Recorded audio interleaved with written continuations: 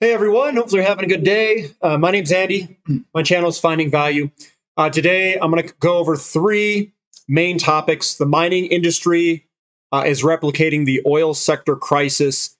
Germany turning to coal to basically offset the electricity that is being generated by natural gas.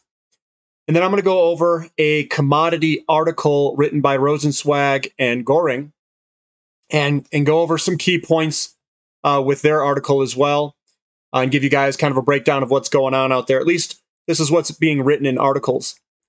So the mining sector or industry is replicating the oil sector crisis, and it's replicating it by these kind of main points. It says the global energy transition will require a huge volume of metals, and the prices of these metals are soaring. Just as in the oil industry, the mining industry is suffering from underinvestment as companies focus on shareholder returns, and that's a parallel there to the oil industry. The rising prices of metals combined with supply chain issues and inflationary headwinds will be a major issue for the energy transition. And they're mainly talking about renewables, electric vehicles, and whatnot. So looking at some of these in the article, I grabbed a couple of things from it.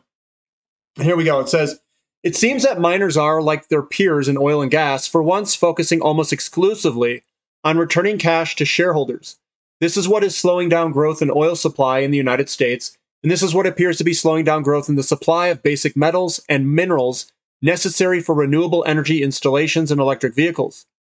Then there is, again, like oil and gas, the issue of overall inflation, which is pushing up the costs related to new developments. The chief executive of Freeport-McMoRan acknowledged there recently on an earnings call saying things are just piling up that are adding to the supply constraints. This is exactly the same sentiment that oil and gas producers have as a result of equipment shortages, workforce shortages, and other shortages that are driving up the costs associated with new products. Another problem is a sort of hidden inflation. Falling ore grades across mines are pushing development costs higher. This is the result of natural depletion at already existing mines and is irreversible. The solution could be more new mines, but in addition to the extensive lead times, these also tend to be in politically unstable jurisdictions, which adds to challenges in securing the future supply of transition metals and minerals. They also mention in here the problem with it's not just falling ore grades, but you're going into riskier and riskier areas. So to sum this up, they already hit all the high grade. They already hit all of the good jurisdictions. What is left? Lower ore grades in worse jurisdictions. And a lot of people are unwilling to dump a bunch of money in an inflationary environment during an energy crisis in unstable areas of the world. Makes sense, doesn't it? Let's go into this next one here. So the next one is Germany turns to coal. Coal power amid natural gas crisis. So let's see what's going on there. It says, as Europe continues to struggle to wean itself off Russian oil and gas, coal is going to play an increasingly important role in electricity production. The minister has admitted that the country will have to use more coal-fired power generation for a transition period. Germany's top priority with regard to natural gas right now is ensuring that there is enough in storage to ensure a winter supply. So basically, they are offsetting natural gas that is used in electricity generation with coal. And he says, to be honest, this means more coal-fired power generation for a transition period. He says that's unfortunate, but it is necessary in order to reduce gas consumption. We must and we will do all that it takes in order to direct as much gas and storage as possible during the summer and autumn. Germany's top priority right now is that gas storage tanks be full during the winter. And I like Gazprom. This is Jay-Z Big Pimpin', the way he talks. He just goes, our product, our rules. We don't play by rules we didn't create. I just think that's funny. And so I'll lead into another article I was looking at, which is right here. What this is the commodity bull market has only just begun, written by Goring and Rosenzweig. So if you come on down here, I'm going to hit the big target, the big things. Not only is the commodity bull market not over, has hardly begun. And he's talking about the ratios. And this is the ratio of commodity index in relationship to stocks. And we are way down there, just coming on up. And I know when we look at it from other perspectives, it looks like we've moved a lot, but we haven't moved that much. We are still below the undervalued line of what they consider to be undervalued. We're still in undervalued land. We're not even close to commodities being overvalued. Now, coming on down. I'm going to read a couple of things. It says, constructing a natural resource equity portfolio that consists of 25% energy, 25% metals and mining, 25% precious metals, and 25% agriculture would have significantly beaten the stock market in each of these cycles. And the cycles are the commodities outperforming stocks. He says, for example, had you invested in such a natural resource portfolio in 1929, your return would have been 122% by 1940. Which doesn't sound like much, but compared to the depression-ravaged stock market, the returns are almost spectacularly good. Between 29 and 1940, the stock market fell 50%. Also, the 1930s was a period of chronic deflation, and consumer prices fell over 20% between 30 and 40. So what he's talking about is relative value. You could have made 122% while everything else basically crashed. Even real estate crashed during that time frame. In real terms, commodity prices and related equities offered real returns of almost 180%. Not bad in a period that included one of the greatest bear markets in history and a full-blown banking crisis that required the temporary suspension of the world financial system. In 1970, similarly constructed natural resource equities portfolio would have returned 400% by 1980. A return that handily beat the stock market, which returned only 80% for the decade. Inflation was a huge problem in the 70s, and consumer prices advanced almost 130% for those 10 years. Natural resources not only provided excellent relative returns versus the stock market, but they provided investors with nominal returns far above the inflation rate as well. And then finally, in 2000, a similarly constructed natural resource equity portfolio would have returned 360% between 1999 and 2010. Significantly outperforming both the stock market, which returned nothing during that time period, and the inflation rate, which advanced 35% over those 10 years.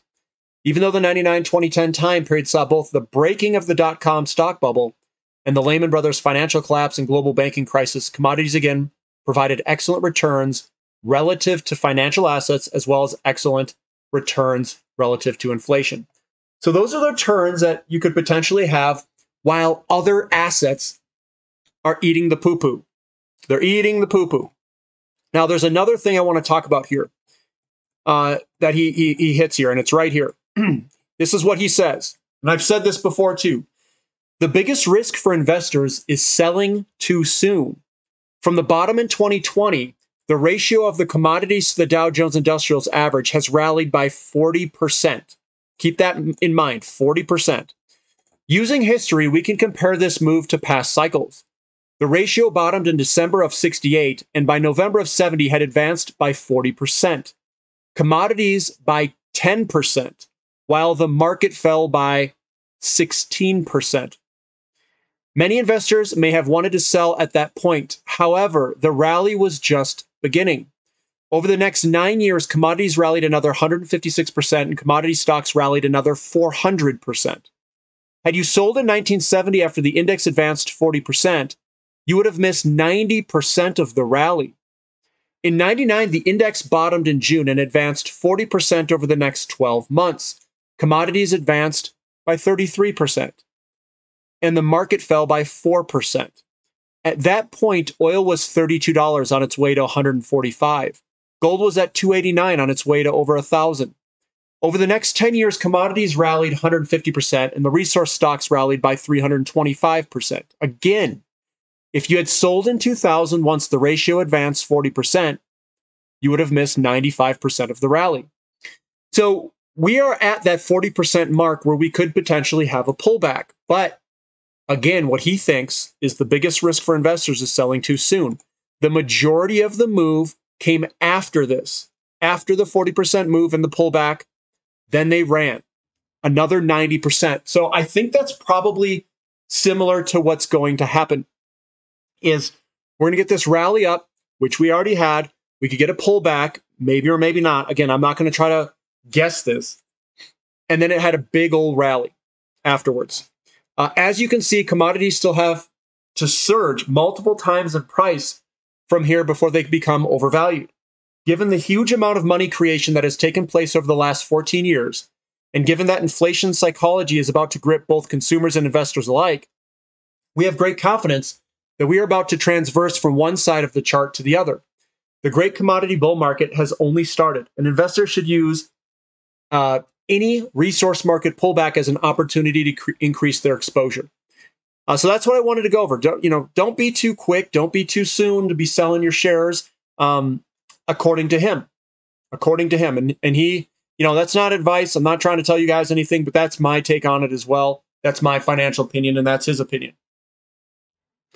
Is don't be so quick to be throwing those shares and getting scared out of it. And I've overweighted. I don't have my portfolio set up like he has. I've overweighted energy quite heavily. I'm an energy precious metals overweight person. I've got some diversified miners, which tackles the whole base metals. But I guess I'm really light on the agriculture. I don't have much agriculture. I guess I have fertilizers, a couple of fertilizer companies. Anyway, so to sum this up, I think the transition is going to be very messy in the energy mix, the energy transition. We're burning the heck out of coal to increase natural gas in Germany.